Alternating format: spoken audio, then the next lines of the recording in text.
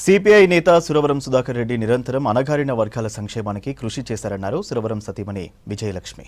విద్యార్థి దశ నుంచే ప్రజా ఉద్యమాల్లో చురుకైన పాత్ర పోషించారని చెప్పారు. ప్రజా ప్రతినిధిగా నిత్యం ప్రజలతో మమేకమయ్యారని చెప్పారు. ఆయన ఆశయాలను కొనసాగిస్తామన్నారు విజయలక్ష్మి.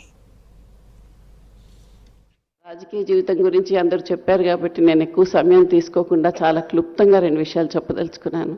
ఎందుకంటే విద్యార్థి దశ నుంచి కూడా ఆయన అనేక పోరాటాల్లో పాల్గొన్నటువంటి విషయం మనకు తెలుసు. కేవలం పాల్గొనడం కాదు, తను నమ్మిన సిద్ధాంతాలని సాధించడానికి ఒక మృదు స్వభావే అని ఏ విధంగా అయితే అనుకుంటున్నారో మృదు స్వభావంతో పాటుగా ఒక నిబద్ధత పట్టుదల గల మనిషి. ఆ పట్టుదల ఉండటం వల్లే మొదటి నుంచి కూడా ప్రజా ఉద్యమాలు నిర్మించగలిగారు. స్టూడెంట్ డేస్లో ఉన్నప్పుడు కొఠారి కమిషన్ రిపోర్ట్కి అనుగుణంగా విద్యార్థి సమస్యలు పరిష్కరించాలనేటువంటి పోరాటాలతో మొదలుపెట్టి దేశవ్యాపితంగా కూడా అన్ని రాష్ట్రాల్లో ఉద్యమాలు చేశారు. ఆ సందర్భంగా అనేక రాష్ట్రాల్లో కూడా జైళ్ళల్లో ఉన్నారు.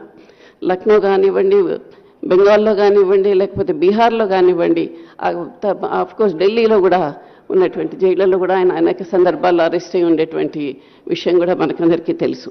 దాంతోపాటుగా ఈ రోజున మనం 18 సంవత్సరాలకి ఓటు హక్కు అందరం సాధించుకున్నామంటే ఆ రోజున విద్యార్థి యువజన ఉద్యమాలు దేశవ్యాప్తంగా చేసి పార్లమెంటు 3 లక్షల మందితో పార్లమెంటు ముట్టడి చేసి అది ఏదో ఒక డిమాండ్గా కాకుండా దాని పట్ల ఉద్యమం నిర్మించి దాన్ని సాధించుకోవడానికి వారు ఆ రోజున ఎంతో కృషి చేయడం అనేటువంటిది జరిగింది.